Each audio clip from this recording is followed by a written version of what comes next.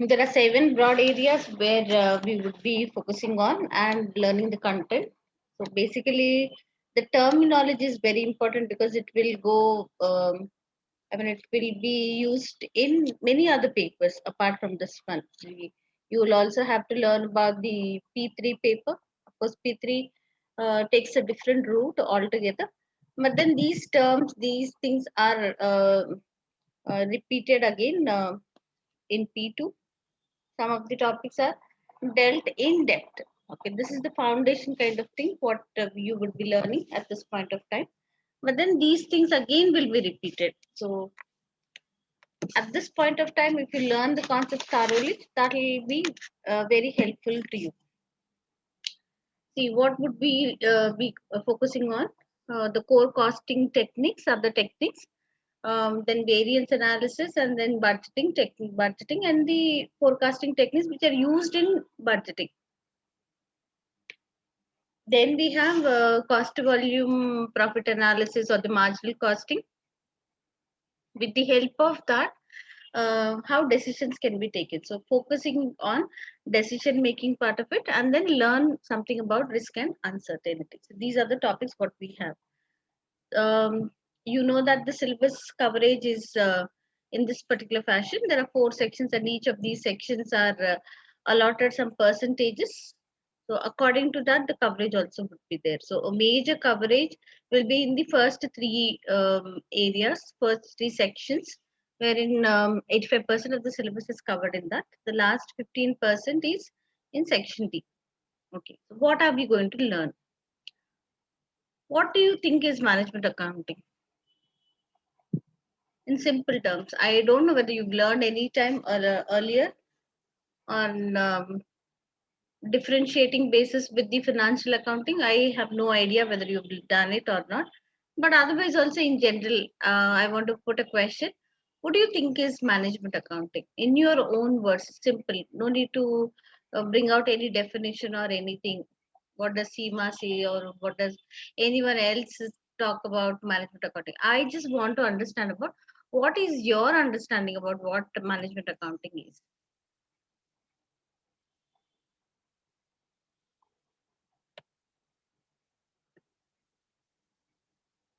Ma'am, it's about allocation of resources. Okay, allocation of resources. Okay. Anyone else?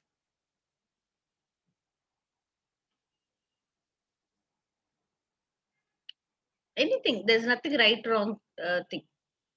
Whatever you think is right, what is your idea about it? If I can have an understanding about that, that will help us in taking this forward. So the paper title is management accounting. So what do you think is management accounting? That's the question. Decision making to achieve organizational goals, ma'am. Very good. Decision making to achieve the organization goals. Okay. Who takes the decisions? That's not a counter questioning. I am just elaborating on that. Who takes decisions? The supervisor or the higher authority. The higher authorities. Okay. The higher authorities, or if we have to put it, it is the top management, the senior management, the hierarchy, in the hierarchy, the top level, what we call it as top level management, or the seniors, or the strategic level, what we put it as. So they take the decisions. Okay. So decision making power lies with the top management. So what is management accounting doing?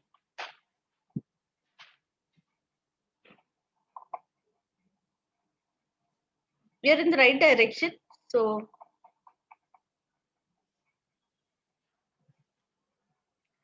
in simple terms, if we put it, accounting system which helps the management is management accounting. So as simple as that.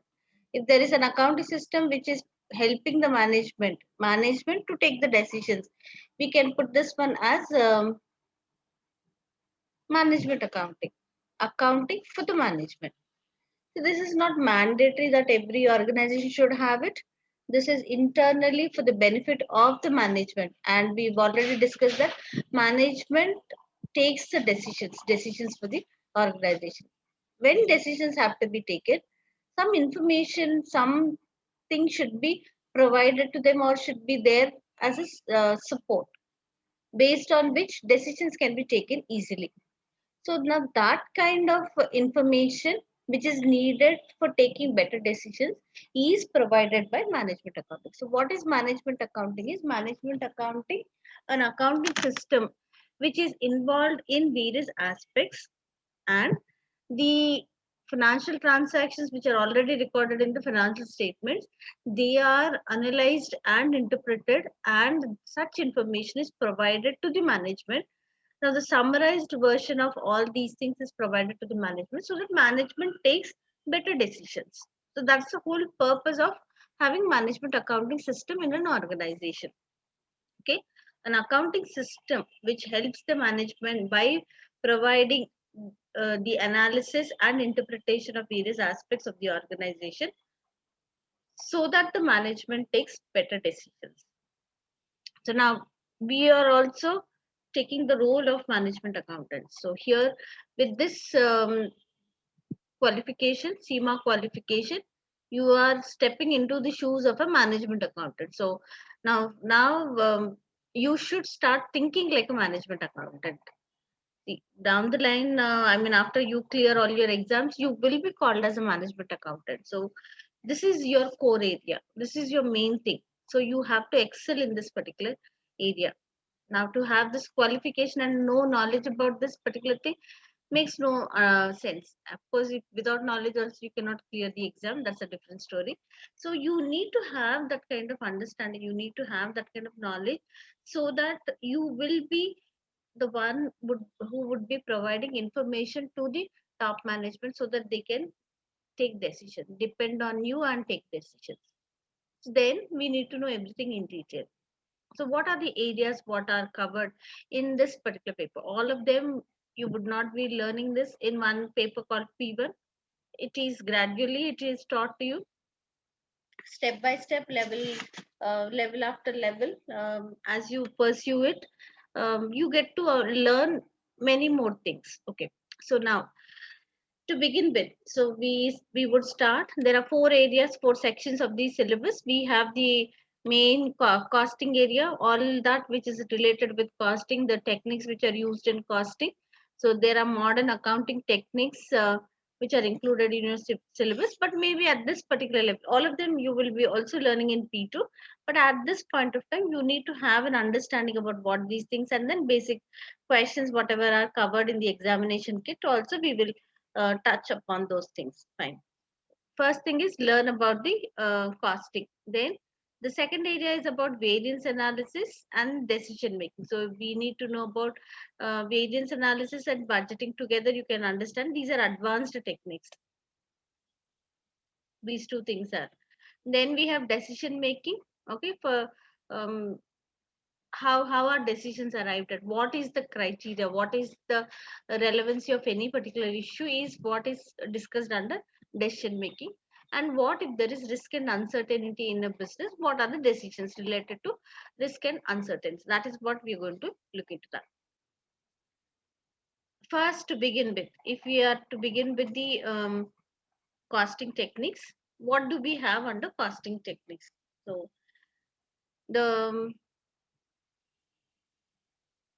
the diagram gives us an explanation or understanding about what techniques are included. So we would be focusing on what are the cost definitions. There are certain definitions. Now you need to learn them thoroughly. Thoroughly, you have to learn all these things. So right now we are going to start about what are the cost definitions. After the cost definitions, we have to learn about what is absorption costing and marginal costing. Both of them are generally learned together, and one thing versus another thing. So there is a point of difference between these two techniques. So what is that point of difference is what we are going to. Apart from marginal costing, absorption costing, there are other techniques also we have ABC, activity based costing. That is what we have to learn.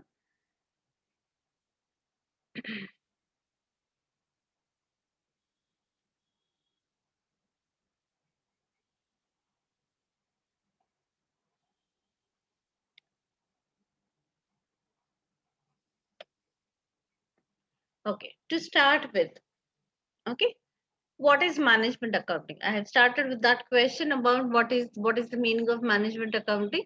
So here the slide talks about what are the differences, um, when on a comparative note when compared with financial accounting. So first let's see what is management accounting. It says that the application of the principles of accounting and financial management. So principles of accounting and the financial management to create, protect, preserve, and increase value for shareholders, stakeholders. I'm really sorry. To create, protect, preserve, and increase value for stakeholders. Who are the stakeholders? Who are the stakeholders?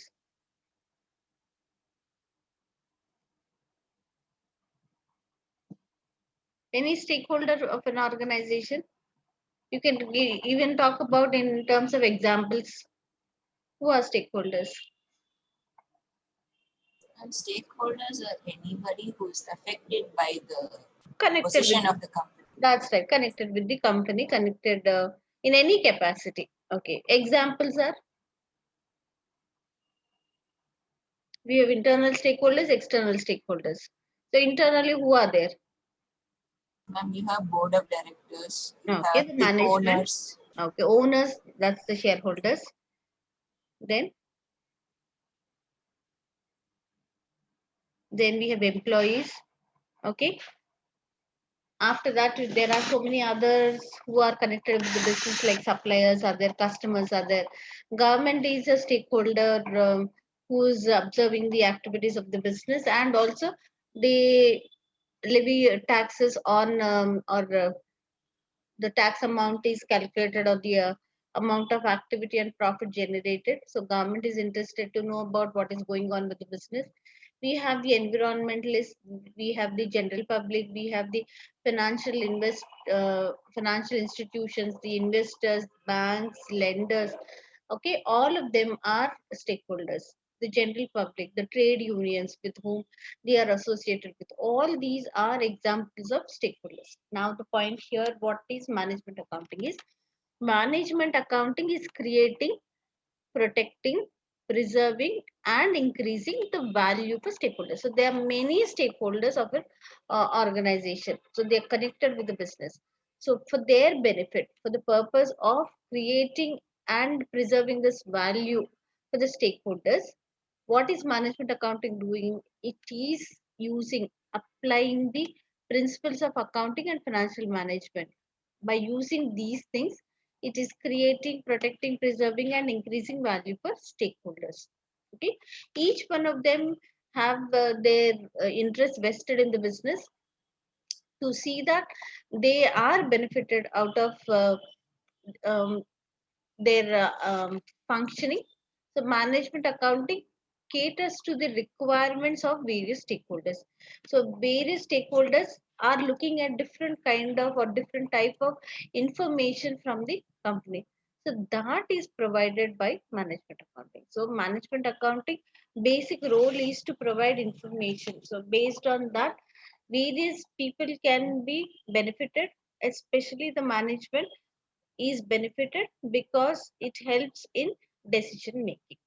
Okay, so when we talk about what are the differences between the financial accounting and management accounting, now financial accounting is mandatory. We know that there is no such thing in case of management accounting. There are formats in case of financial accounting. There are no such formats in case of management accounting. It is only basically um, according to whatever is the requirement. Based on that, the formats are prepared and then presented. So that is what is management accounting. So financial accounting and management accounting. um, let's see the point of difference. The point of difference first, the users are external. So external, because it is mandatory that it has to be disclosed.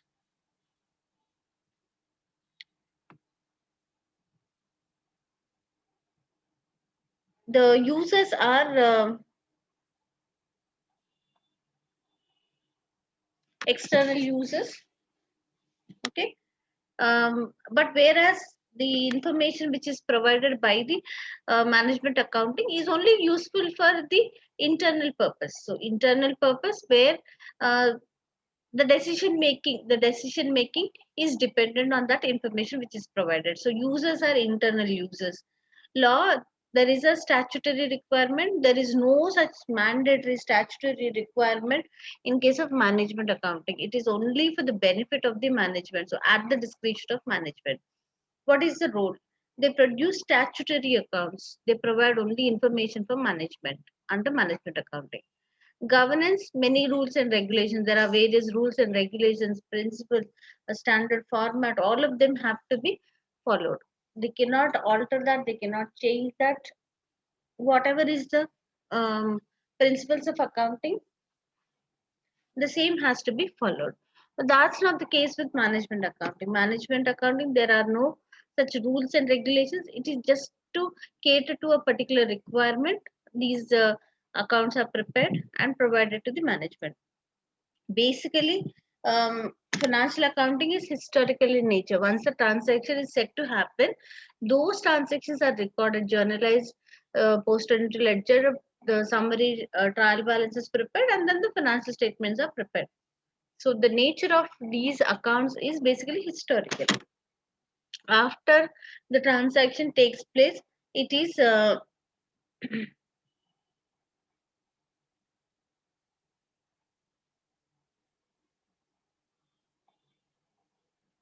but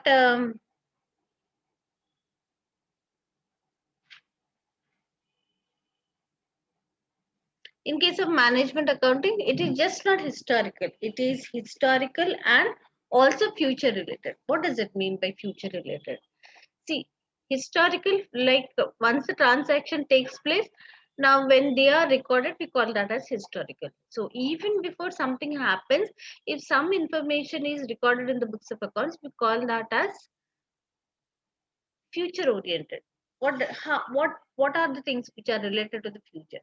So anticipating something would happen in the future, or anticipating that the next quarter they would be able to sell 50,000. So that has not yet happened, but it is mere anticipation that something about the future, that they would be able to sell 50,000 units in the next quarter. How did they arrive at that conclusion? Is maybe based on certain studies or certain techniques which are used. We would be learning about how to estimate that. So that is when we come to budgeting and then forecasting techniques, we will learn. But as of now, in simple terms, if they can understand that for the next quarter they would be able to take up this activity. So if they are anticipating that the next quarter sales would be 50,000, how much cost of various items would be incurred, like how much of the material cost has to be incurred, labor cost, how much would it be, the overhead cost, how much would it be. Various aspects will be anticipated, and they account for all these things at an activity level of 50,000 units. That has not yet happened, but that's a plan what they have. So it takes into consideration the historical data as well as anything which is anticipated for the future. The future oriented transactions are also considered for decision making. So if that is what they are anticipating, if these are the costs which would be incurred for the next quarter, then accordingly things will be taken up. Okay. So management accounting is both historical and future oriented. So it's the another very important point of difference here is financial accounting is basically quantitative in nature. Quantitative in nature, the definition of accounting says that accounting is the art and science of recording, classifying, summarizing those transactions which are measurable in terms of money. That is a very, very important aspect. Only if a transaction is measurable in terms of money, that is accounted for. If there is anything which is not measurable in terms of money, that does not appear in the books of accounts. But management accounting is not bound by that particular restriction. It takes into consideration the financial as well as the non-financial. So any other event which will have an impact, let's say that if there is a dispute in the organization, we do not see any entries regarding dispute in the organization between employees, between the managers and the employees. We do not see such transactions in the books of accounts, but yet that will have an impact on the productivity. Let's say there is a strike called off on a particular date, February 1, there was a strike called out. Do we see a journal entry for strike called out? No, we do not see that. But that strike will have an impact on the um, profitability of the business, the transactions of the business.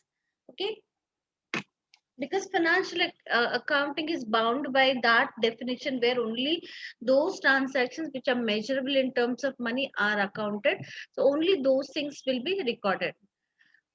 Okay, but then there is a strike in the organization called out by the employees, and that is affecting the productivity, and the losses to this extent is already estimated and recorded in management accounting. So the event, right from the event where there is a strike called off or there is a dispute between employees, how is it impacting or how is it affecting the overall profitability? All those things are recorded here in management accounting. So we have the financial nature transactions as well as the non-financial transactions are also accounted in the books of accounts under management accounting.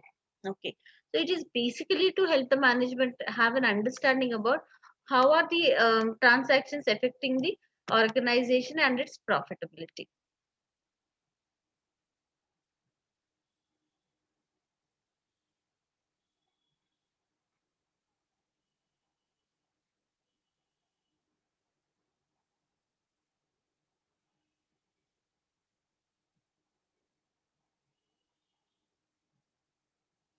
Then let's see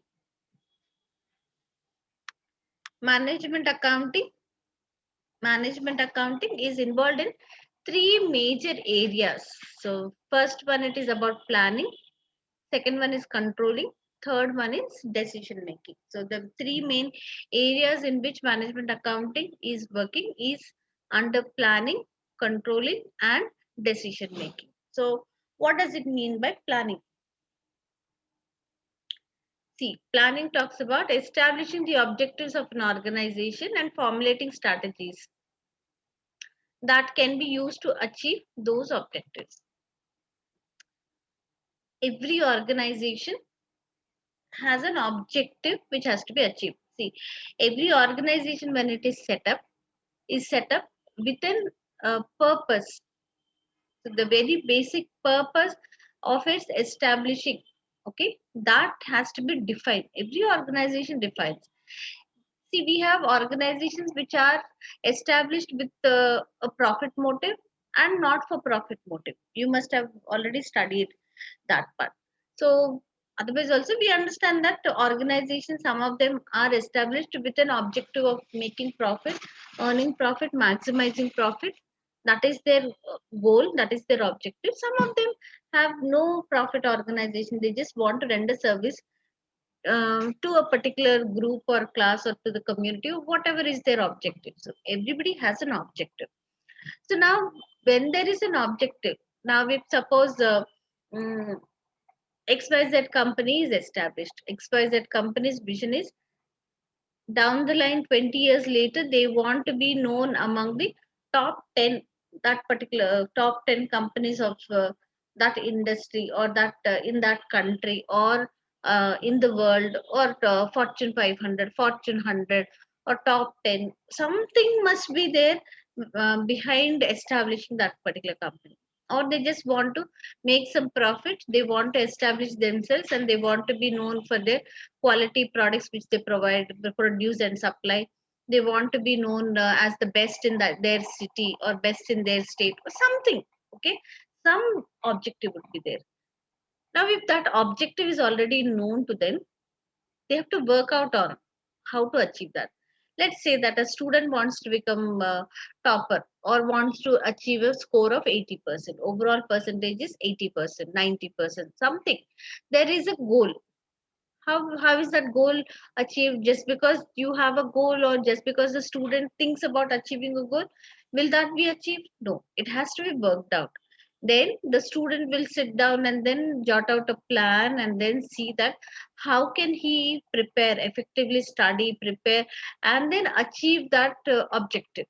So scoring um, 80% marks, 90% marks, topper, university rank holder, whatever is the case. So first attempt passing the CIMA papers, So these are all goals. How to achieve? There should be a plan of action. That plan of action has to be um, framed very well, considering what are the resources the student has.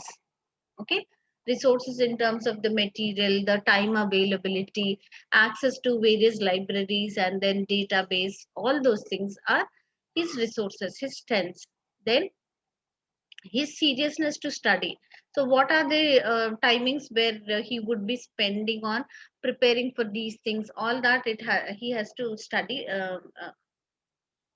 He has to analyze that, and then jot out a prepare a plan. Maybe he will wake up early in the morning and then study for some time, then go to college, come back again, study or something. Or he's good at studying in the night after the dinner, or whatever is the way in which, so some work would be put into action. Okay. So when that those things take place, we call that as planning here.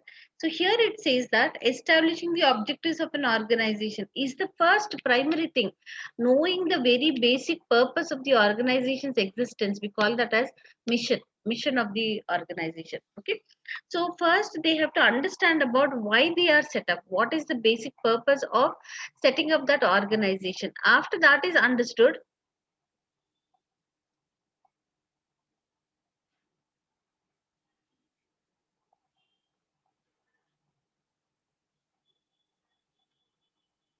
after that is understood, then they have to work out on what is the plan, what is the way in which they would achieve. So formulating strategy is basically preparing a plan. Strategy is a plan in another term. For strategy is plan, another, the meaning of strategy is plan. So formulating strategies, so that with the help of these plans, the organization will be able to achieve the objectives. The overall objective of the organization can be achieved. Fine. So here it says that establishing the objectives of an organization and formulating strategies that can be used to achieve those objectives. So that's the first area. The area in which the management accounting would be working is planning. Next, controlling. Planning and control go hand in hand. That's what it said. That's what the saying goes like this. Wherever there is planning, there should also be control. Planning and control. Planning and control go hand in hand. So what does it mean by control?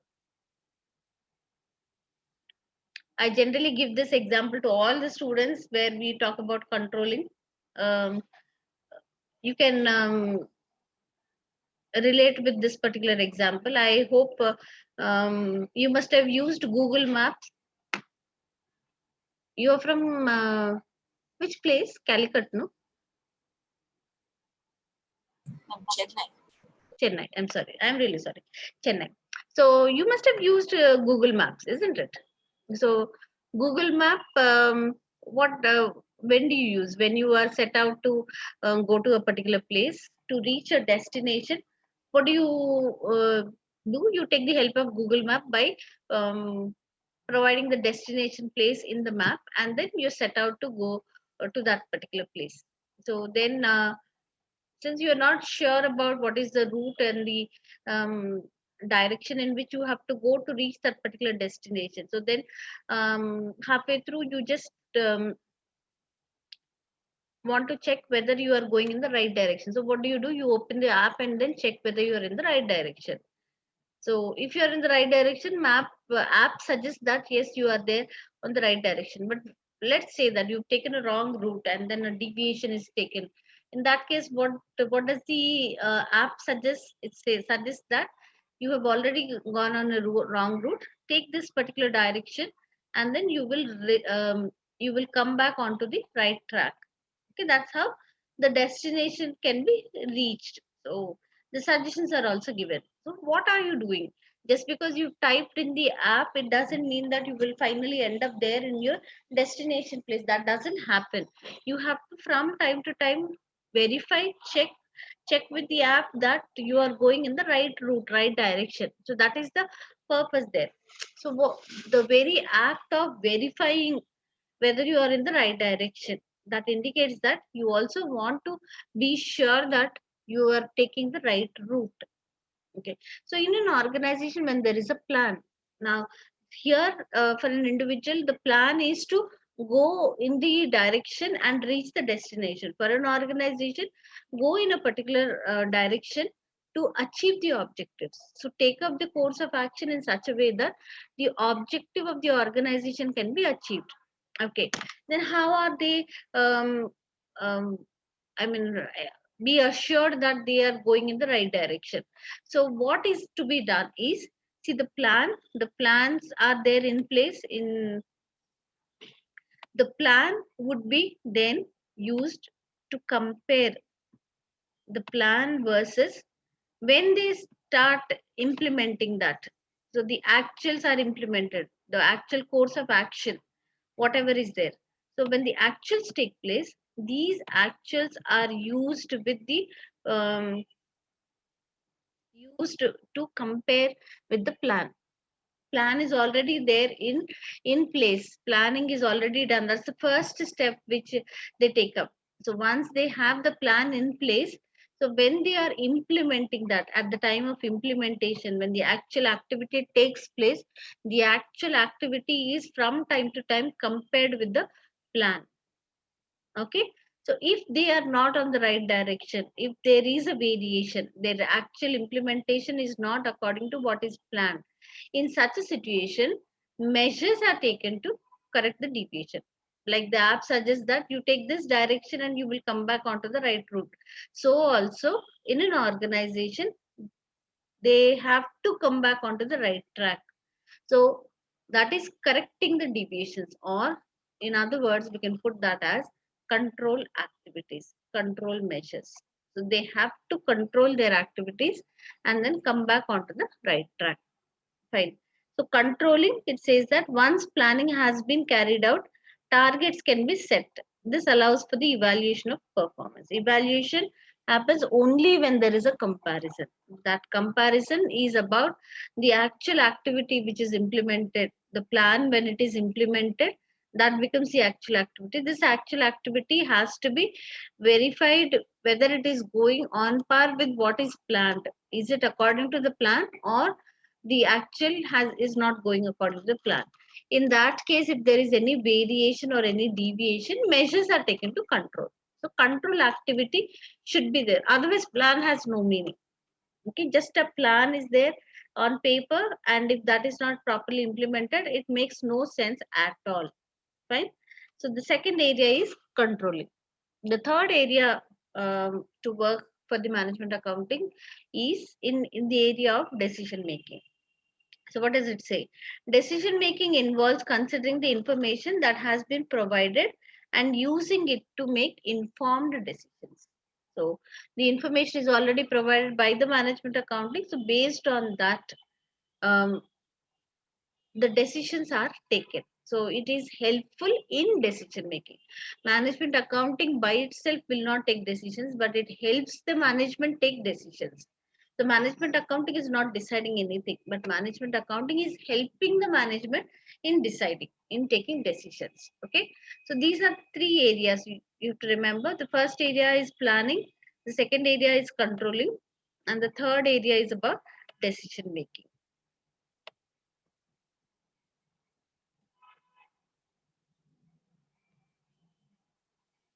Then the classification of costs. Actually, to look at the classification is quite vast, but as of now, here, according to this paper, uh, it is restricted only to these three types. Okay, cost classification based on nature, elements, behavior. But if it is needed, maybe some other terms also, some other types of cost also will be explained to you. But as of now, you just go with that. It doesn't mean that there are only three different, under the classification of cost, there are only three categories of cost classification. No, there are many. There are at least about 10 to 11 classifications of cost. At the moment, it is not needed. Therefore, we are not touching upon that. But if needed any time to understand any concept, if you need to know what is the classification of cost, we will elaborate on that and then explain to you what is the classification of cost. First point, what is a cost? What do you think is a cost?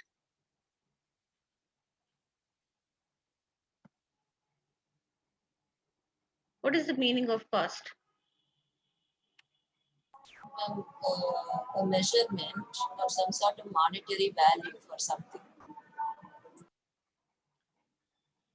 I'm really sorry. I didn't. I couldn't hear you properly. Please, can you repeat that? A measurement Yeah. in monetary terms of Yeah. something. That's a cost. Okay. A measurement in monetary terms. Okay. Okay, that's it, right. Anyone else?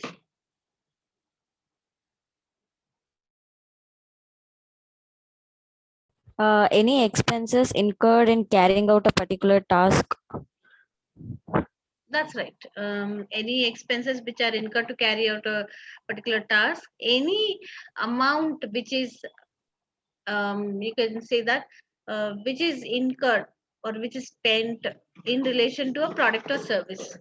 Any item, any amount, monetary value which is related to a particular activity, anything, we call that as a cost. Okay. So that should be related with the product or service. That is called as cost. Okay. um, the classification of cost.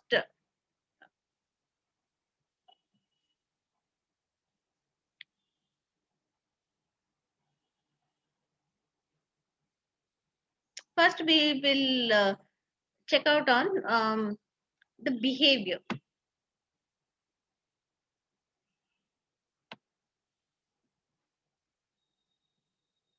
What is the cost classification based on the behavior? Behavior is, it behaves based on a particular aspect, so that's the behavior, so which means that costs also behave. So if it is behaving in a particular fashion, according to that it will be categorized as something, or it is named as something, it is labeled as something. One second.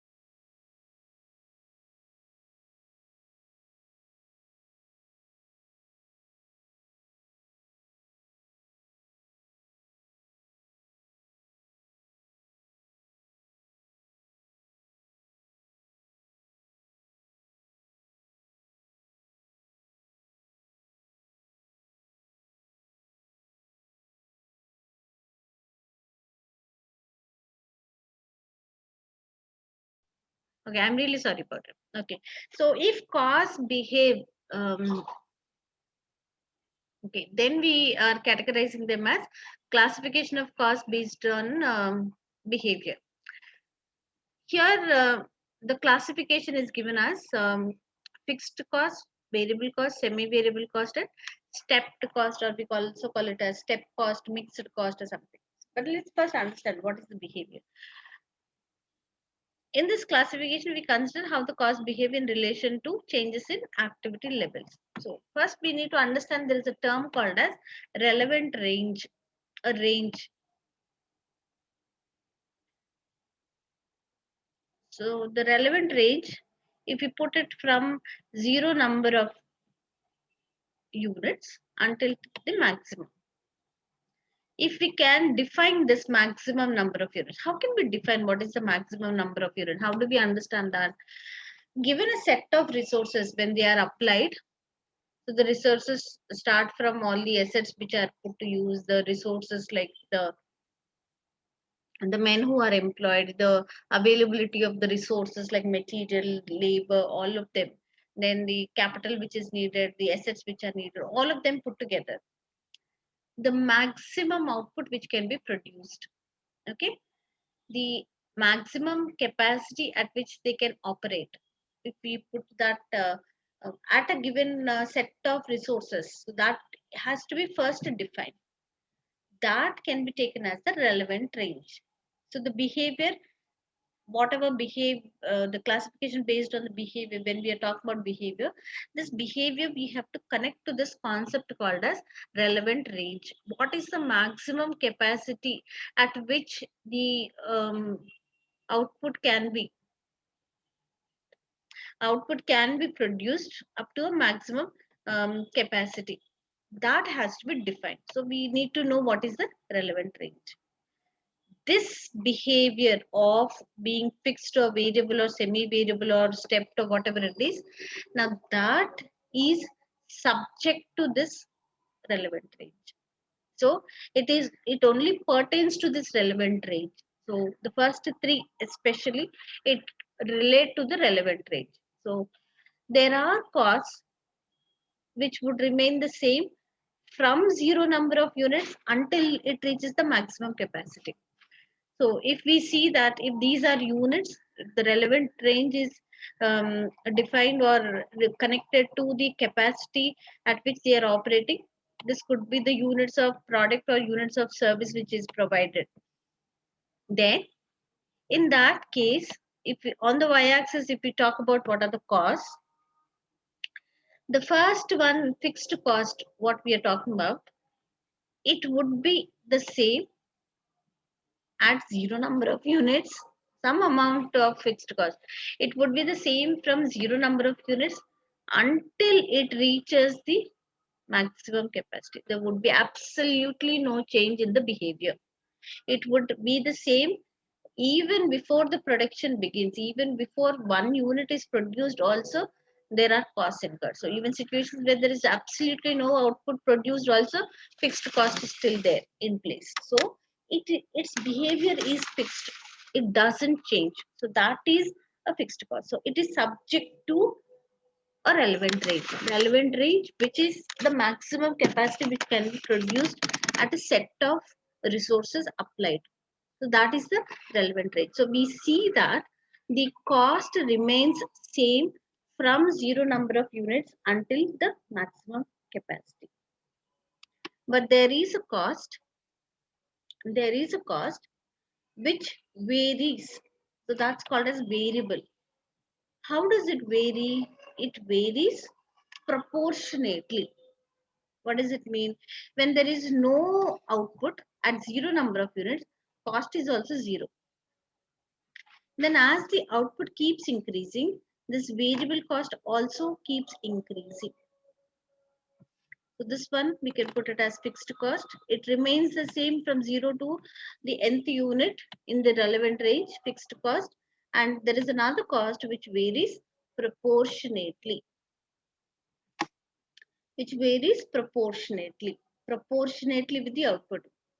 When we use this term proportionately, it indicates that every single additional unit which is produced, the cost will be same for every single unit. For example, let's take that the cost to produce a particular unit is $5 or 5 rupees. So put that as per unit. Cost is 5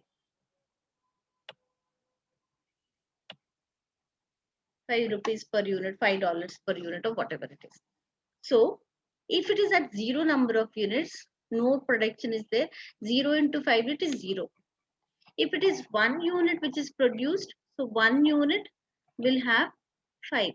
2 units will have 10. 3 units will have 3 into 10, 3 into 5, 15. 4 into 5, 20. 5 into 5, 25. So it varies in the set pattern. It varies, but varies proportionately, because every single additional unit produced, it would be at the same cost. It's not that first unit is produced at $5, second unit is produced at $10, third unit is produced at $12, or no, it's not like that. Or fourth unit is produced at $4. It doesn't happen that way.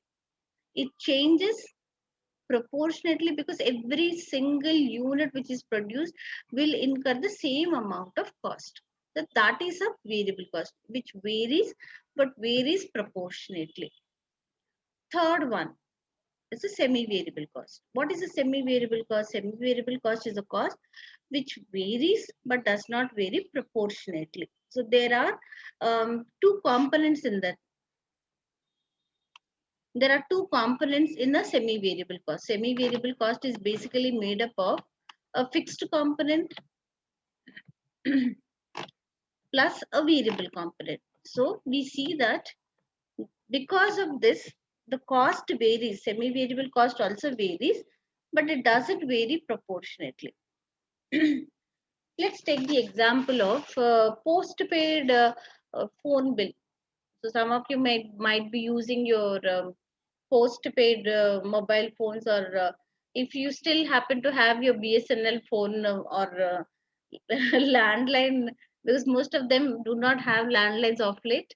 But if at all, you must have had the experience of using a landline phone also, or electricity bill for that matter. How does it work? There is a fixed monthly rent or a slab or whatever, name it whatever it is. So for a set of free calls, there is a monthly rent, irrespective of what is the usage. That monthly rent has to be paid. So we call that as a fixed component. Then if you exceed the minimum number of units of usage, let's say that in the phone, if let's for example, if 100 calls are given free of cost, so this monthly rent covers these 100 calls. But once you exceed this 100, then your charges also start varying. 100 over and above 100, you use additional 10 units, it will increase. Then additional 20 units, it increases, because there are two components here. The first one is fixed component, the second one is a variable component. The total cost is semi variable, it keeps varying, yes, but it is not completely proportionate, because initially, till a particular point of time, so there is a fixed component. So here we see that until a particular level, there would be a fixed portion. So until here, it is fixed. After it crosses this, then depending on that, it keeps increasing. So it increases but does not increase proportionately, because there are two components in a semi-variable cost. One is a fixed component, another one is a variable component. So that is a semi-variable cost. What is a fixed cost? Fixed cost is a cost which remains fixed within the relevant range. It does not change. It is the same from 0 units till the uh, nth unit in the relevant range. Till the maximum capacity, the cost is same. So all the units, the total fixed cost is the same. The total cost, let's say if it is $50,000, so $50,000 is the same at 0 number of units. Total fixed cost is the same for 0 number of units and for till the nth number of units. But variable cost is not so. The total variable cost is 0 at 0 number of units and keeps varying proportionately at the rate of variable cost per unit. So as each and every additional unit which is produced, the cost also keeps increasing by that amount of variable cost per unit. That is per unit cost. It keeps increasing by that per unit cost. So it varies proportionately. Semi-variable cost is a cost which varies but does not vary proportionately, because initially for some period of time it is fixed. Then over and above that, the cost keeps increasing. It increases at a after that limit, it increases. Therefore, the overall, the total cost, the total semi-variable cost increases but not proportionately. Then comes the step cost. So what is the step cost? So if the cost is same until a particular point of time, once it reaches a particular level, it has to be increased. Then again, it is the same for another set of activities. Then once it crosses that, then again it increases. then again it remains same. So the pattern of cost looks like steps. It's called a step cost. Okay, the behavior of these costs. Let's say that the electricity consumption. So electricity, the number of units, the minimum slab rate is there. So, but if your bill is between some over and above that, the next range or like next limits which are set, again it would be the same. Once you cross that, then again it will, the taxing, the income tax rates are also. So if the income is until a particular limit, there is no tax, 0%. After that, from one limit to another limit, tax rate is 10%. Then another, after that, if the income crosses that limit, so within two limits, the tax rate is 20%, then 30%. So you see that, so the percentages of the change is applicable within a particular bracket, within particular range. Okay, so if it increases and remains the same until it reaches the next limit, next level. After that, it again increases. Then again, it remains same. So this is step cost. So here we see that based on the behavior, we see that the costs are classified as fixed cost, variable cost, semi-variable cost, and stepped cost. So first we need to understand what is the concept of a relevant range. The relevant range is the range of output wherein the maximum output which can be produced using all the resources is decided as the maximum capacity. So the relevant range is a range between zero number of units till the maximum capacity. So these concepts of fixed, variable, and semi-variable cost relate to the relevant range. So fixed cost is a cost which remains fixed in the relevant range, but once it crosses the maximum capacity, then again this also changes. Like what we have seen under fixed cost, it is the same until it reaches the maximum capacity. Once it crosses that, then again it increases and remains same till the next range. Then again it increases and remains same till the next range. That's the step cost. So whatever we are talking about fixed variable cost, that they are related to only within the relevant range only. Within that range only they are applicable. So it remains fixed, okay, from zero number of units till the maximum number of units. But once it crosses that, again it increases, which is called as stepped cost. Variable cost is a cost which varies proportionately with the output. Then semi-variable cost is a cost which varies but not proportionately, because a part of it is fixed, another part of it is variable.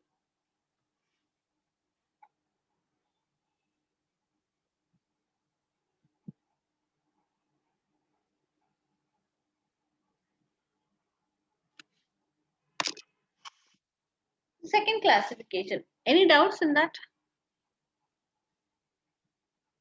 No.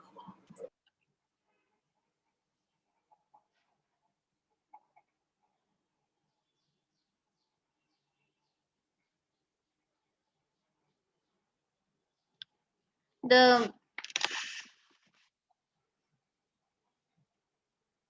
did the strength increase? Five only are there.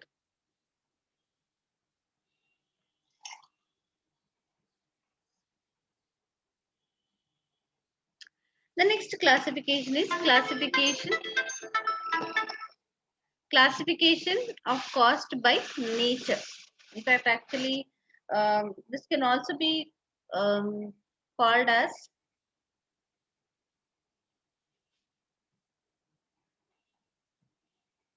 the direct and indirect. There is another term which is used called as identifiability. You can also mention there as identifiability.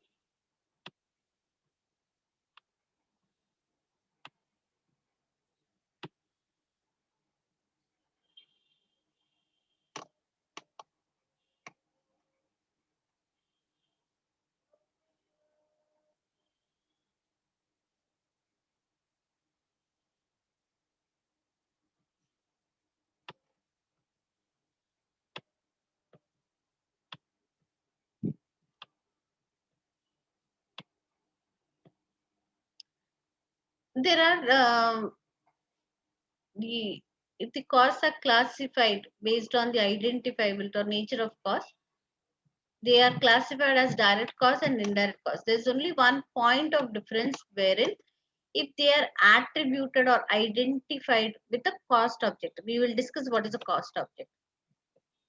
If uh, the first one, direct costs are those costs which are attributed, identified with a particular cost object. We call them as direct costs. If they are not identified, attributed to a particular cost object, it is called as indirect cost. We'll come back to this slide again, but first let's see what is the meaning of a cost object. So let's see what is the meaning of a cost object. Cost object is any entity. Cost object is any entity with which costs are attributed or identified. What are these entities? The entities could be a product, a service, an activity, cost center. It could be anything. If with these entities, if costs are identified, if they are attributable, then we call them as direct cost. Let's take a very basic example in identifying, in understanding what are identified, what are not identified. Okay. So because the first in this list is product, so let's take an example of a product. So best example, generally I use this example. So an example of making a table, a piece of table. Product could be anything.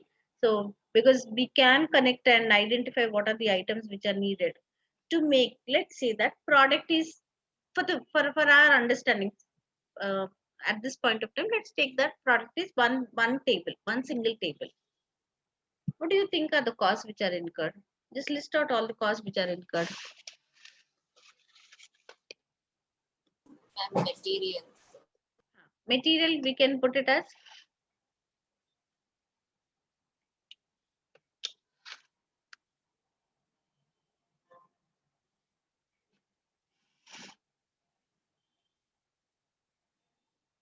what is material?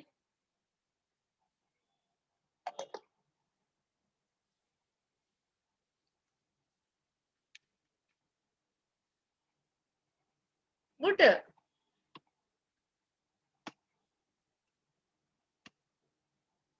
Anything else? Wood, steel. Okay. What else?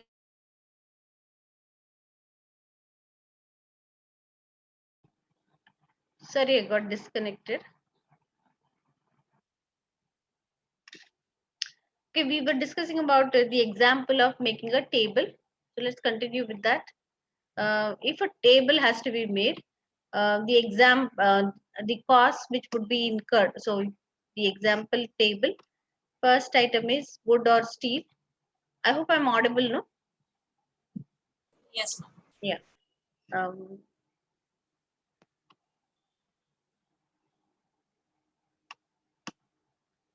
Anything else which is incurred? Ma'am, labor. Labor. Yes, labor charges. The cost of labor. Anything else? Think about how tables are made. Ma'am, if it's a foldable kind of table, you Huh. need hinges. We need Ma'am, like nails. nails, bolts, screws. Okay, so that category, the entire category, nails, screws, etc., etc. All of them.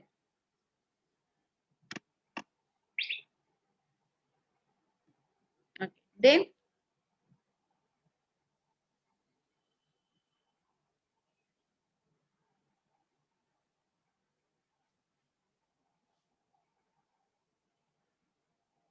glue, varnish, gum, paint, all that category. Let's put them under one category: glue, varnish, paint.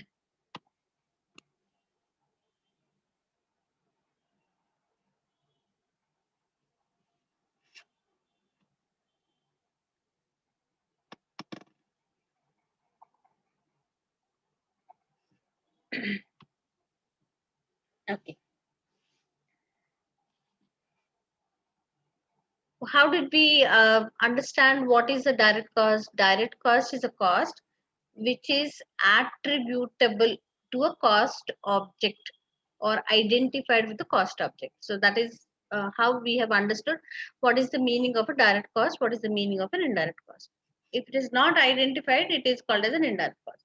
See how much wood or steel is required to make a piece of table can be known. Of course, we would not know, but it can be known. I mean, who are there in the manufacturing of table, the amount of the cost which is required to use this wood or the steel is known. So that identifiability is there. One table, what is the cost of wood? One table, what is the cost of steel? That can be known. Okay, because it is known, we can put this one as direct cost. There are other types of material also we've listed out. Some other type of material like nails, screws, those small things which are used in fitting the table, glue, varnish. What is the precisely, what is the cost of these things? Can we know that precisely? No, we cannot know. We are generally purchased in lots, and it is just purchased and dumped in the stores, or from a bottle of glue or bottle of varnish or paint. Some portion is taken and used for manufacturing a table.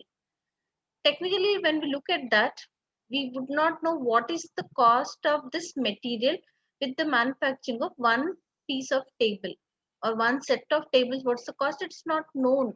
We do not know what is the cost. That identifiability is missing there. So, if the identifiability is missing, then we call this as indirect cost.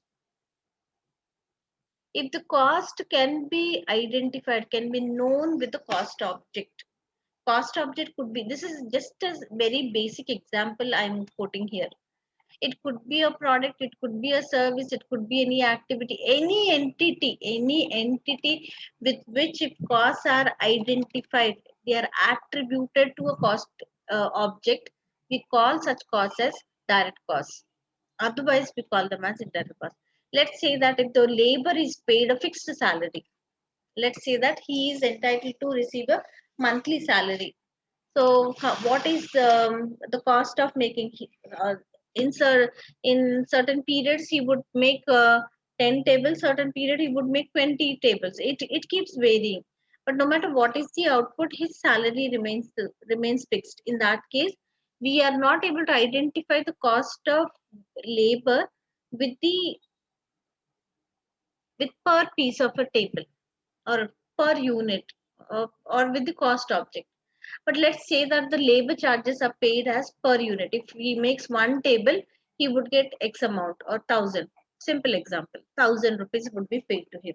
So if he makes one table, 1,000, two tables, 2,000, three tables, it goes on like that.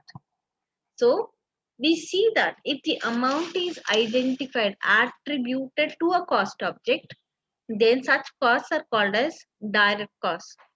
If they are not attributed to a cost object, then they are called as indirect costs. Cost objects are products or services or activities or cost centers. But what are cost centers? Cost centers are any subunit of an organization. If they are grouped based on a department, a function, a type of an equipment, or an activity, it could be anything.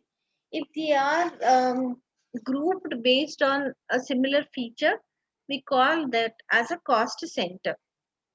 A cost unit could be a product or service. Basically, a cost object. Now, cost object, these are the cost centers, and units are also cost objects. So, any entity, so in simple terms, if we put it as any entity with which that entity could be a product, a service, a group of activity, an activity, group of people, a function, a department, a unit, it could be anything. If that identifiability is there, it is named or it is termed as direct cost. If that identifiability is missing, then that becomes an indirect cost. Okay, so here we took an example in case of production. If a product is produced, then what are the costs we have listed? If we talk about a service is rendered, let's say that somebody is running mm, a hotel, then the service is to provide accommodation. So accommodation per room. So the unit of measurement is one room. So for one room, what are the costs which are incurred? So if we identify in that particular way, that would be providing identifying the cost based on providing one single unit of a service. Somebody is running a transport business. To run a vehicle, so per unit is per mile of um, uh, travel. So what are the costs or something like that? So the measures would differ here. In case of production, one unit of a product. So in case of services, one unit of service. In case of activities, one unit of that particular activity. So it goes on like that.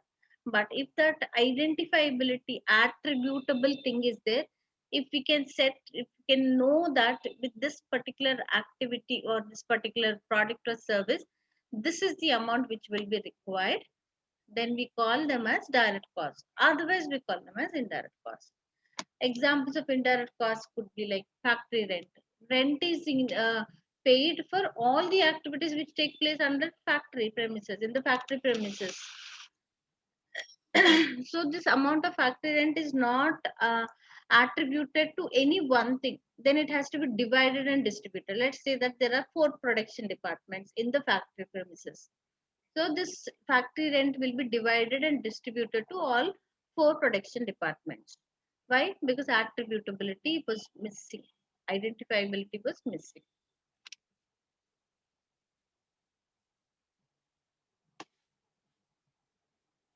I hope I'm clear. Is that clear? Please, Yes, ma'am. all of you. Yes, ma'am. Okay, so the cost classification based on um, nature or identifiability.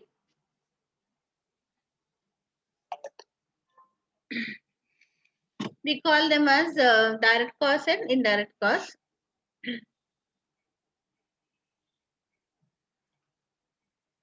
Before that, another classification is based on elements. There are 3 elements of cost.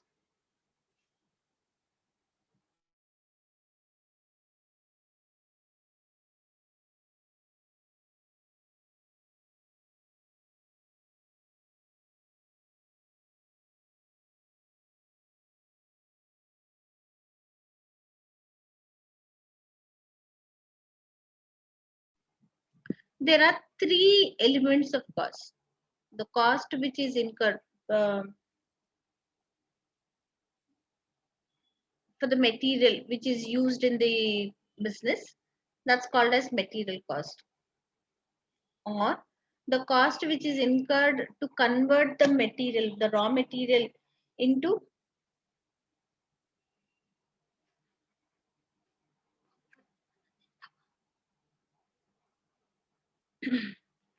the cost which is incurred to convert the raw material into finished goods, we call it as labor cost. So anything which is not material cost or labor cost, we call it as expense. So there are 3 elements of cost.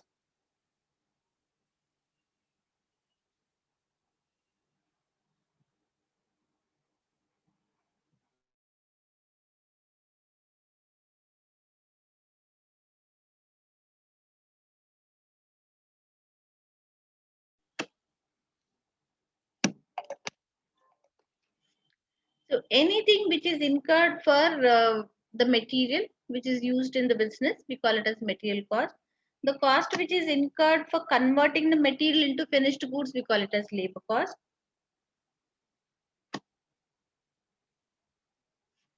Anything which is not material or labor, we call it as expenses. So just remember, there are 3 elements of cost: material, labor, and expenses. So clubbing these 2 things, that is the first one, the identifiability aspect of it. Okay, the nature of cost, direct cost and indirect cost. and the elements of cost. Together, we have another thing which we will present it. Okay, let's see this one.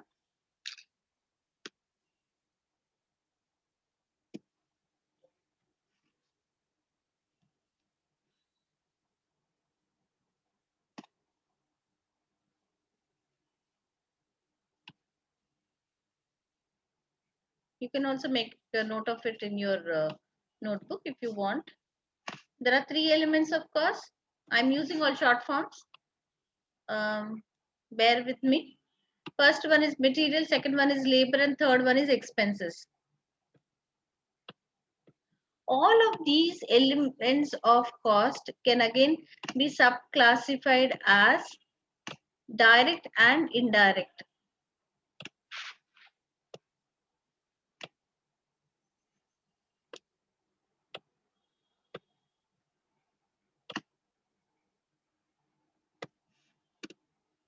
So we have direct material, indirect material.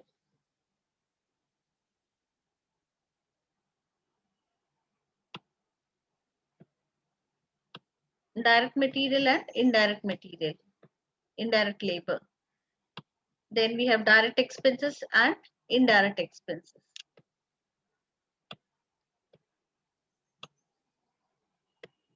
All the direct expenses grouped together. So direct material plus direct labor plus the direct expenses, when we group all of them together, there is a term for this one. This is called as prime cost.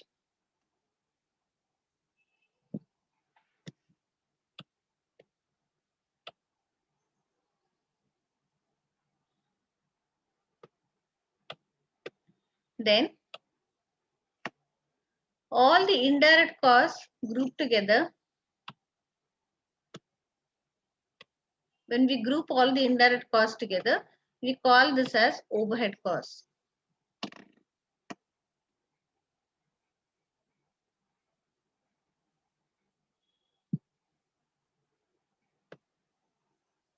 Okay, you can make a note of it.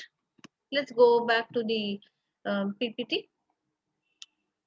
So here it says that the direct material plus the direct labor plus the direct expenses added together is called as prime cost. The indirect material, indirect labor plus indirect expenses is called as overheads. The, the total of all the indirect expense, all the indirect costs together is called as overheads. So these are terms which you have to remember. Now this clarity is needed. You need to be thorough. You need to be very, very clear in terms of what does any term means. You cannot afford to have a confusion there. If this clarity is there, yes, we can proceed further and understand that. Again, we need not come back and then refer to you what is direct cost, what is indirect cost. If the identifiability is there, it is direct. If it is not there, it is indirect. Attributable, we can associate a particular amount, a cost, with a particular cost object. What is a cost object? Any entity with which you can attribute this amount, we call that to be as a cost object. So cost objects can be further classified as cost centers and cost units also. So we have looked into that. First, we've learned about what is the classification based on behavior: fixed cost, variable cost, semi-variable cost, and stepped cost. Okay, these are the at this moment we have learned only these type of costs. Of course, there are various other types of costs also.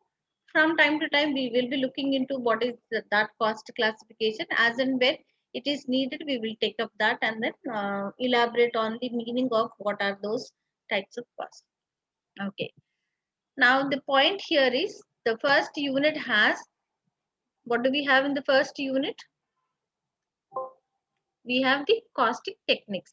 So we will be now from now onwards in for the coming few classes, we will be talking only about the costing techniques. So what do we have under the costing techniques?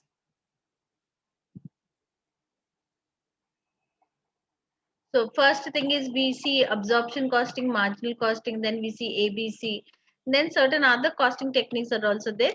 Those things will be looked into.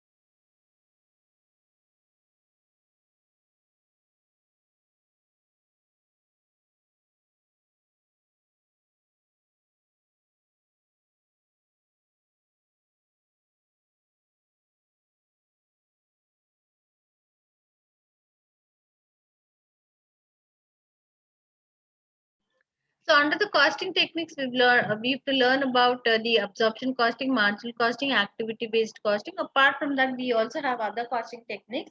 So throughput costing and those things have to be learned. So for the coming few classes, we will be spending on costing techniques. So let's start with the first one. What is absorption costing? What is marginal costing? Marginal costing, there is another term also for that, which is called as variable costing.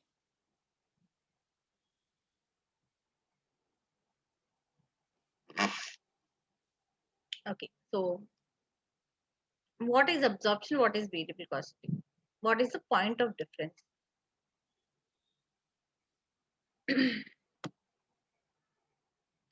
Now, in case of prediction,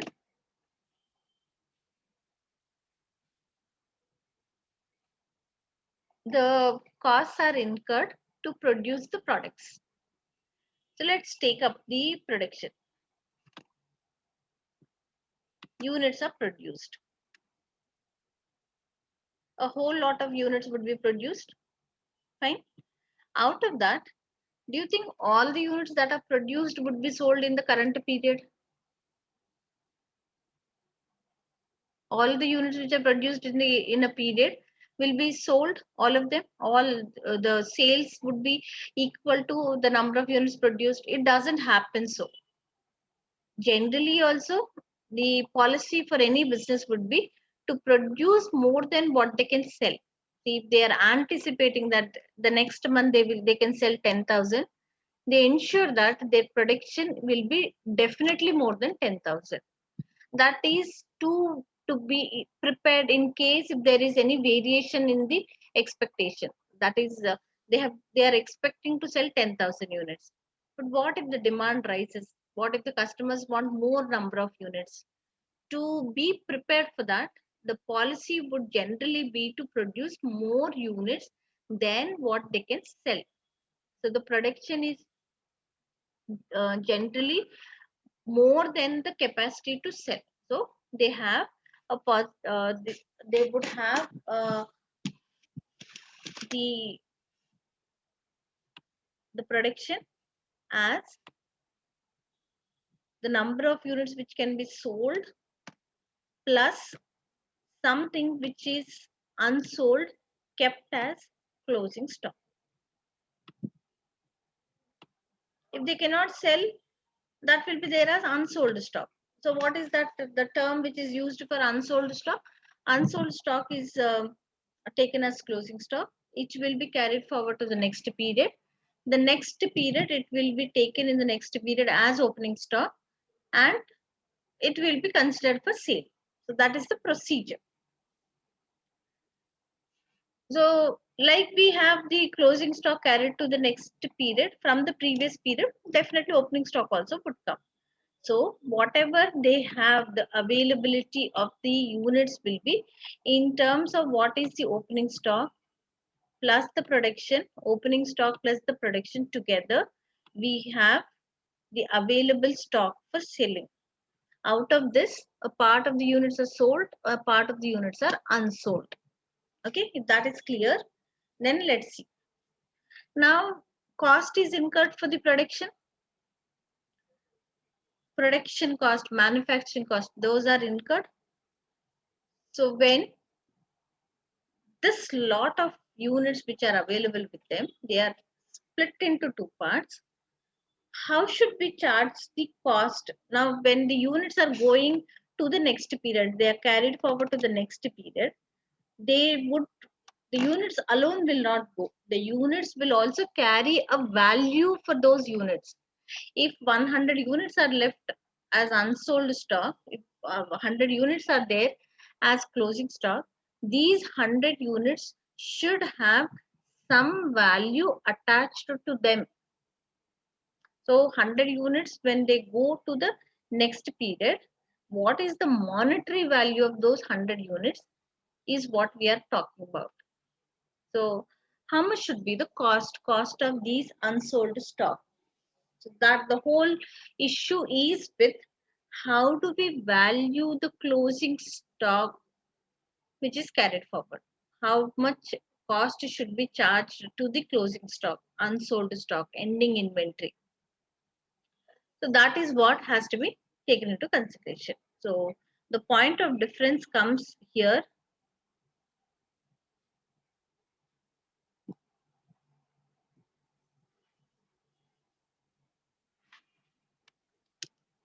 The point of difference is in terms of how do we calculate the value of the closing stock. So that is the main issue here.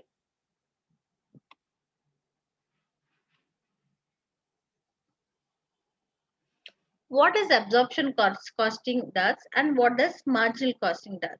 So that is the point what we have to understand. In case of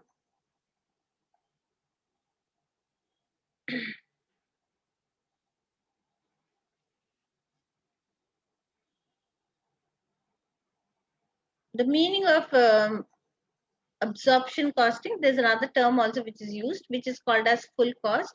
The meaning of marginal cost, the word marginal also means to means as variable cost. So the term absorption indicates the full cost. The term variable marginal indicates the variable cost. So what is the value of the ending inventory? Now that is the whole criteria. Fine. Now, in case of absorption costing, if you are talking about absorption costing, I will explain every slide in detail, but for the moment, just focus on what I'm talking about. Okay.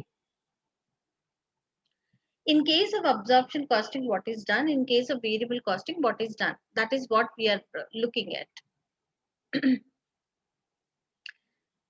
There are manufacturing costs, costs which are incurred for producing the product. There are non-manufacturing costs.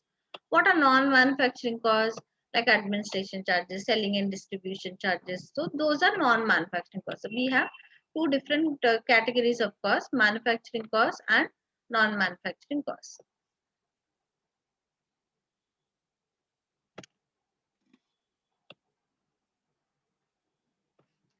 Under this, under each of these categories, we see that the cost is variable, the cost is fixed. Variable cost, variable manufacturing cost, fixed manufacturing cost, variable non-manufacturing cost, fixed non-manufacturing cost. So the question is not about what is the non-manufacturing cost, but the because it is about only about the manufacturing of production or production.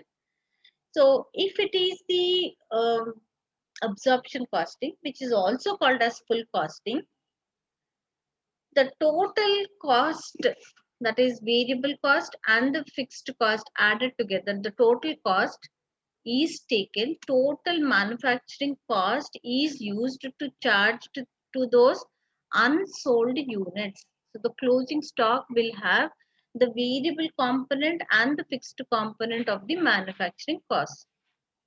But in case of marginal costing, only the variable manufacturing cost will be used to charge to the unsold units. So that is one important point of difference. The important point of difference under absorption costing and under variable costing is when there are unsold units, these unsold units will be charged with the total manufacturing cost. That is the variable component and the fixed component. Both of them are taken and that will be used to charge to the unsold units of the closing stock. It is under absorption costing. But whereas under marginal costing, only the variable component of the manufacturing cost is charged to the closing stock. If that part is clear, if that point of difference is clear, then we will go and look into the elaborate presentation of each of these techniques, the absorption costing and variable costing. So what is the main point of difference is the point of difference lies with how the ending inventory is valued under absorption costing, under variable costing. The rest of it we will also look into all the details which are mentioned in the PPT, in the slides, everything we will look into. But one main point of difference is in terms of valuing the ending inventory. What are the costs which are charged to the ending inventory under absorption costing? Both the variable plus the fixed manufacturing costs are charged to the ending inventory, but whereas under the marginal costing, only the variable manufacturing cost is charged to the ending inventory. Okay, so let's get back to the slide number 1, absorption costing. So under absorption costing, it says that overhead absorption rate is equal to total budgeted overhead cost divided by budgeted quantity of absorption days. Then we see there are three different common absorption bases. Um, we have units produced, Meshna rate, labor hour rate. Then under over absorption, absorption. Um, the explanation has started at the point where how the cost sheet is prepared. So before now I gave you the gist of what is the point of difference between absorption costing and variable costing, but the explanation started at the point of how the cost sheet is prepared. Which year are you studying in now? Second year? Yes, You've done cost sheet any time before? and cost sheet. Did you do cost sheet? Cost statement, direct material plus direct labor plus direct expenses, prime cost plus factory overheads.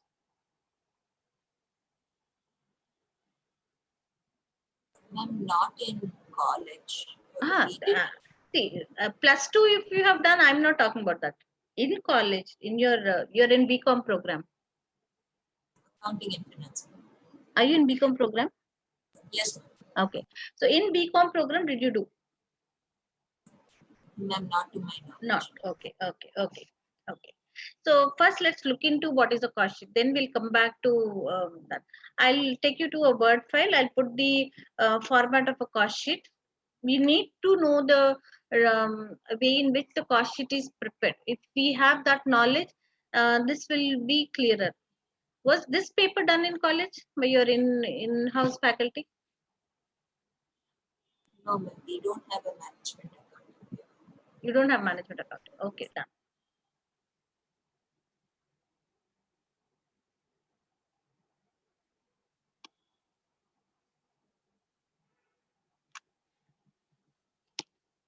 You also have to make a note of it. I am writing the format on in the Word file.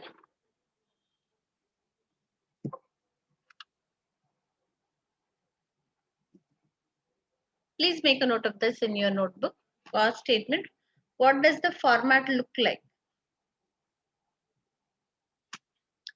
I have already explained to you what is the classification. The classification of cost based on elements. There are three elements based on the identifiability. There are two different types of cost: direct cost and indirect cost. All of them subdivided based on the elements and the identifiability. We have direct material, direct labor, direct expenses. So here under the cost statement, what do we have?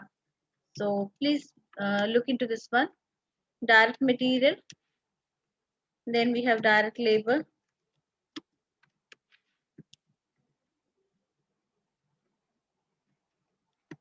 Then we have direct expenses.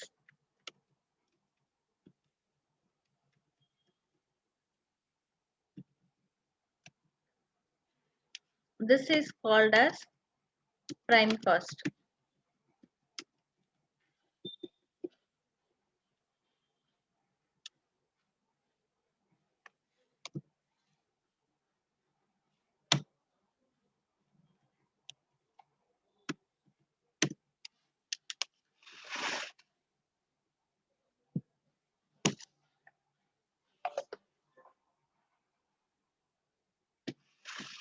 Now, just because the material, labor, and expenses were added, the direct components are added.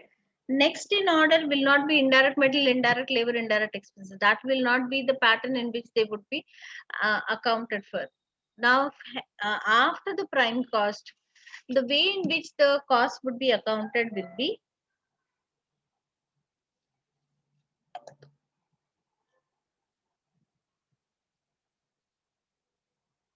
depending on the functions of the business. What are the functions of business?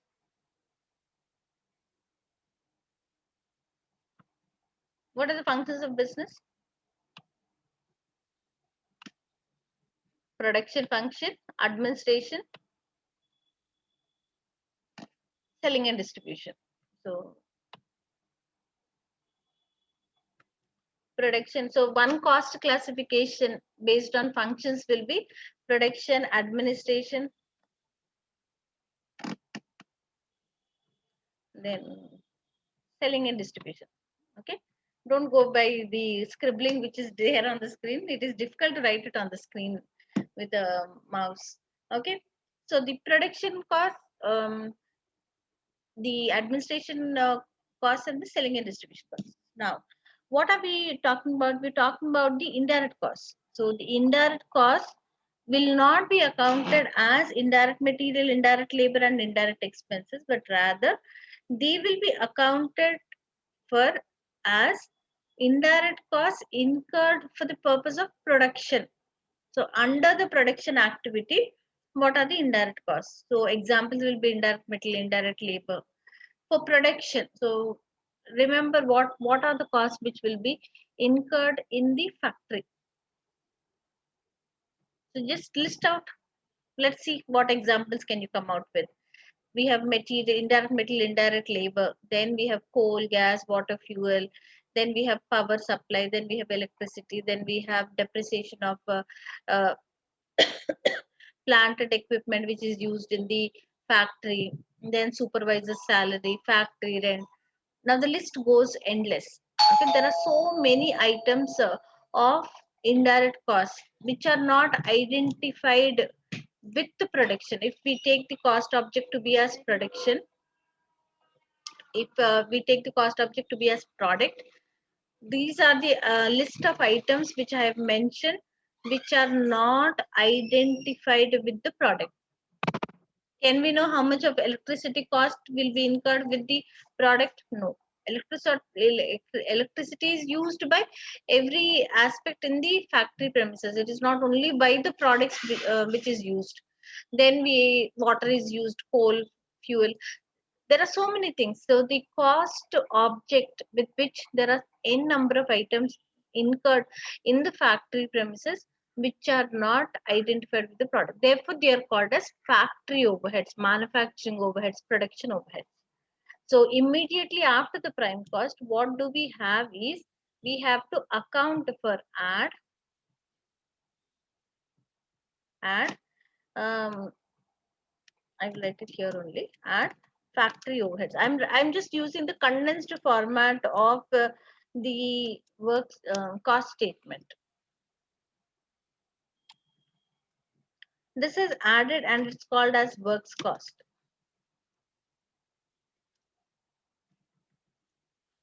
After that, next in the list will be add administrative overheads, administration overheads, administrative overheads.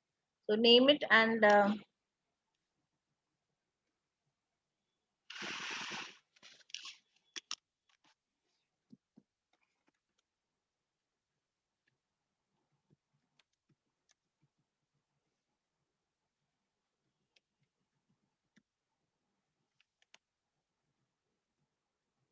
then add selling and distribution overheads.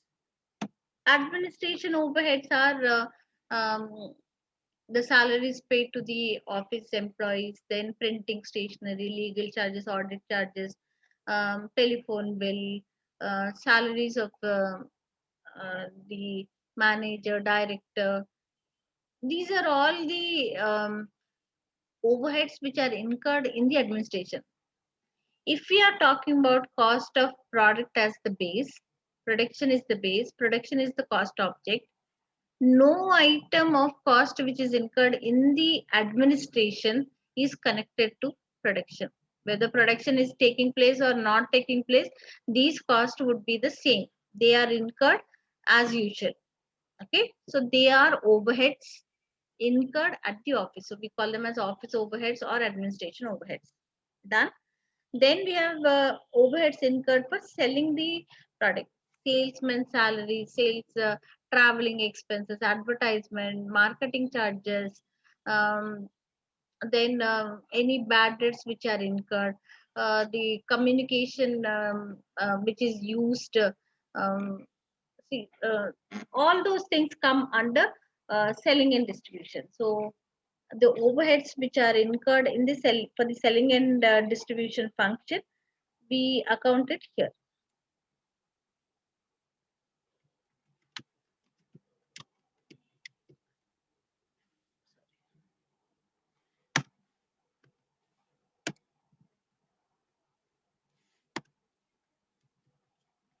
And the resultant figure is sales. You might have learned some other format where we have opening and closing stock. As of now, I'm not bringing the opening closing stock of any item here into this. Is a condensed form of cost statement.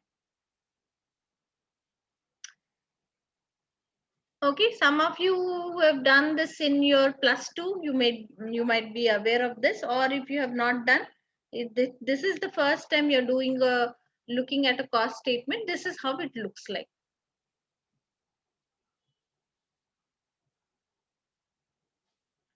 Now the point is, when overheads are incurred, they are not identified with the product. See, under production department, they may be producing more than one product. Maybe 3 products are produced. So the electricity cost incurred for all the 3 products have to be divided and distributed. Factory rent has to be divided and distributed to all the 3 products. Water, coal, gas, fuel, depreciation, and the list goes endless. So there are so many of them. N number of items of factory overheads are incurred. Similarly, under administration overheads. So these costs have to be again identified with the cost object and distributed, selling and distribution. So it looks like kind of a tedious work. So when we are preparing cost statement, the cost statement has many items. So until the prime cost, there is no problem. Everything is identified with the product. So accounting for the prime cost till the prime cost is not an issue. But after the prime cost, there are many items of overhead. So instead of doing the allocation, instead of dividing and distributing that, there is another practice of calculating overhead rates and using these overhead rates to account for the overhead cost. Let's say that there are 20 items under factory overhead. So instead of taking up 20 different calculations, the practice, the normal practice of recording the overhead cost is they do not take all of them item by item, but all these factory overheads in one go is calculated based on the overhead absorption rate. I don't know how far I am able to communicate. If there is any problem, just tell me. Did you understand till the cost statement? Did you understand till the cost statement? You have to open up. See, I don't know who's there on the other end. There is no, I mean, feeling shy or delicate about it. Even if you give a wrong answer, also absolutely no issue with that. But please open up. Unless and until you open up, I will not be able to understand. Did you understand till the cost statement? What's the format of cost statement? I've understood till prime cost. Till prime cost. Okay. All of you, till prime cost, it is clear? Till this point, it is clear? Yes, ma'am. Okay. Then The way in which the accounting will be done is,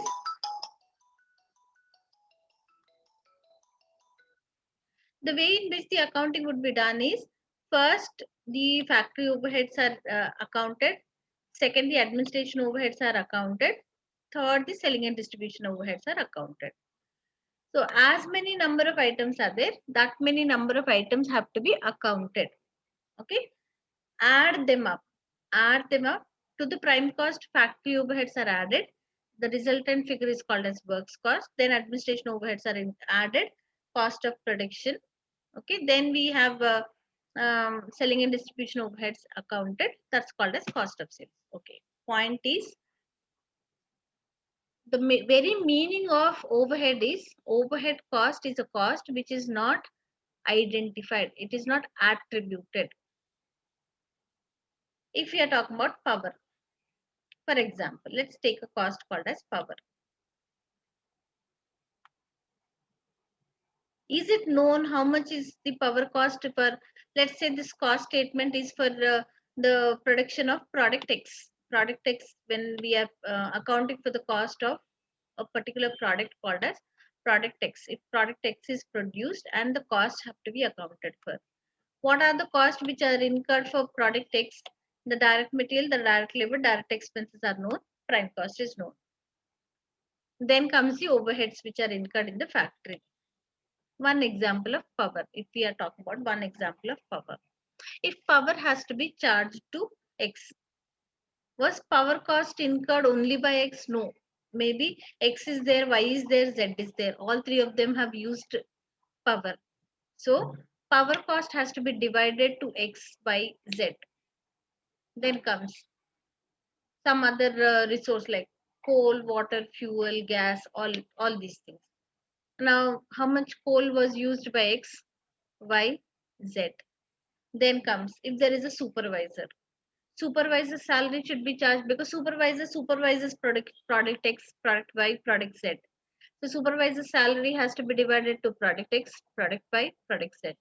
Like that, as long as the list is as many items of factory overheads are there, each of them have to be divided among the products, divided and distributed. Looks like quite a lengthy procedure, isn't it? So the technically the procedure is, each item, because the identifiability is missing, then has to be distributed. Okay, and because the list is very big, many items of overheads would be incurred by the business. So for the convenience sake, if let's say, if we say that there are 20 items under factory overhead, let's, for example, so how many calculations have to be done? We need to have at least 20 calculations to distribute the factory overheads.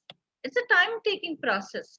20 items, identify them and then divide and distribute and charge what is the cost for product X is a tedious time taking procedure.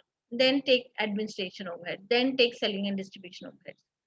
Because this looks like a time taking procedure, the normal way of doing the cost statement is, they don't go item by item, but in one simple go, the total amount of factory overheads is calculated. One simple step they calculate. For any number of items, for whatever are the costs, the normal costing practice, the normal way in which the costs are accounted, they are accounted based on one simple rate which is calculated. How do they decide on that rate?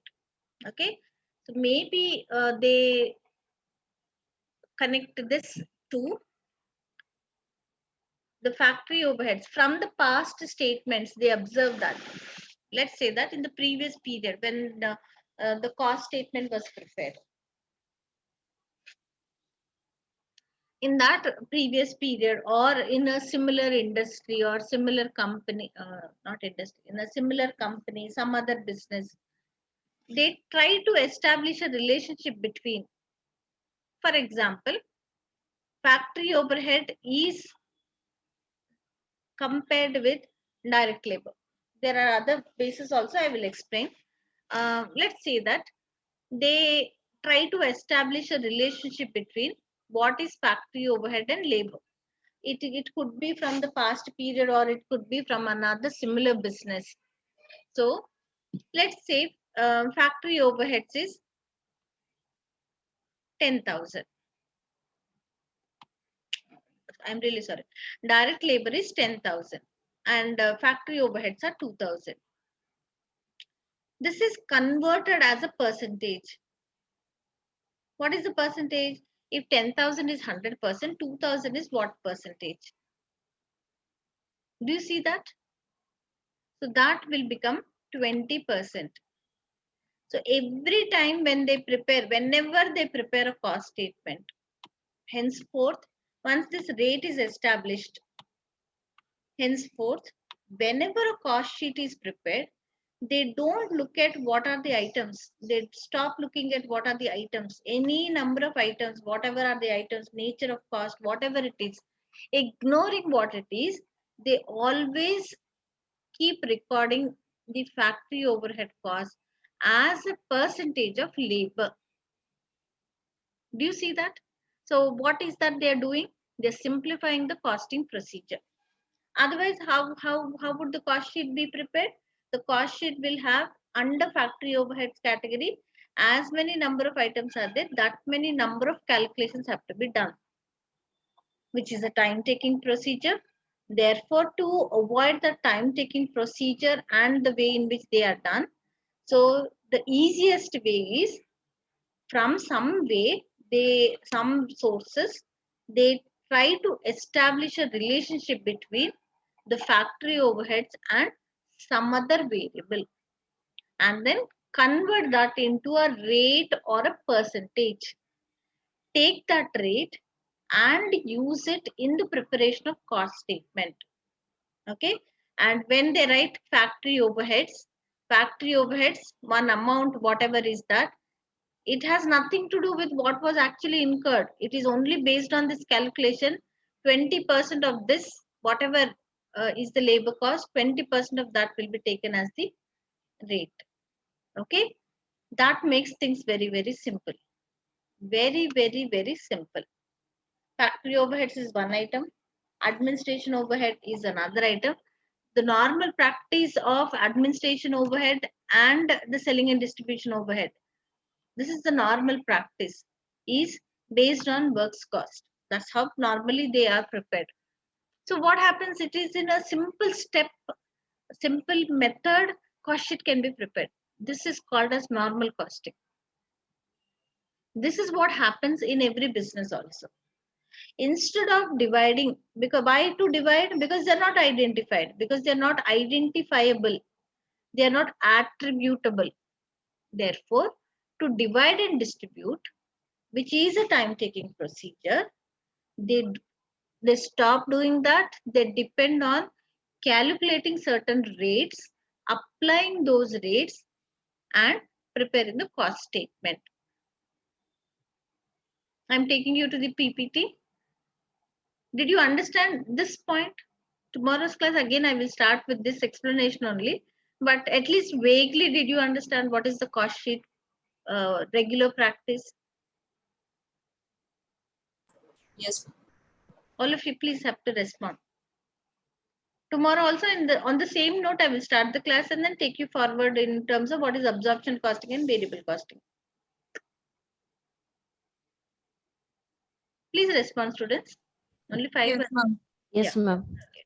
So we're going back to the PPT. So the absorption rate, the normal practice is with the labor related, but we also see that the rates are established based on machinery rate or units produced. So there are absorption rates which are prepared to account for overhead costs.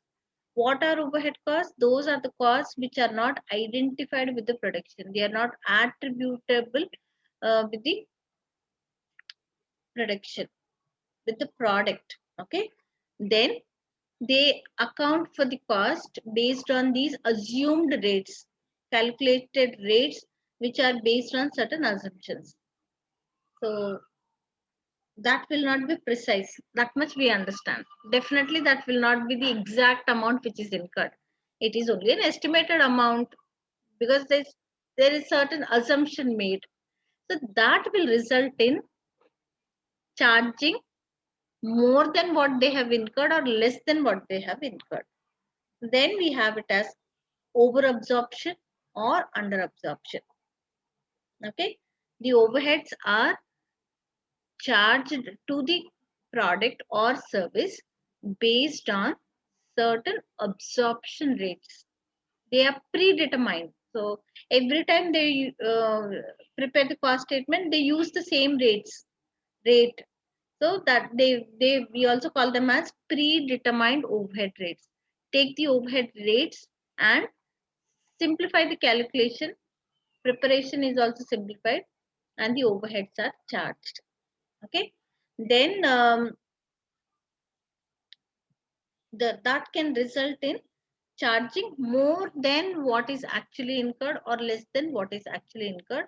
So we have the over absorption or the under absorption. Okay, the rest of it is we will take it up in tomorrow's class. Um, any doubts you can raise it. Otherwise, we'll take it tomorrow. Is it a girls' college? Only girls are there. Anugraha girl. Is it a girls' college? Yes, ma'am. Yes, ma'am. What's the full form? I'm really sorry to ask you. Women's Women's Christian Christian College. College. Okay, okay, women's system. So my question is really irrelevant. I didn't know the full form. I'm really sorry. So in this batch, you mentioned that there are 8 students.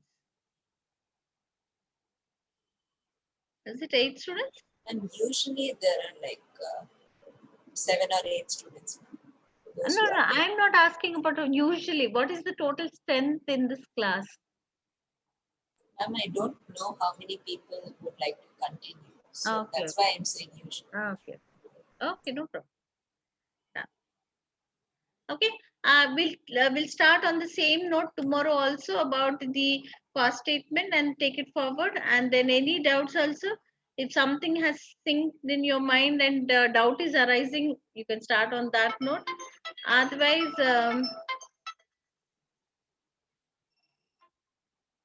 otherwise we will take up from the next step. Okay, so there is a message in the chat. Somebody is not able to attend tomorrow's class. Okay. Um, one more important point is all the classes get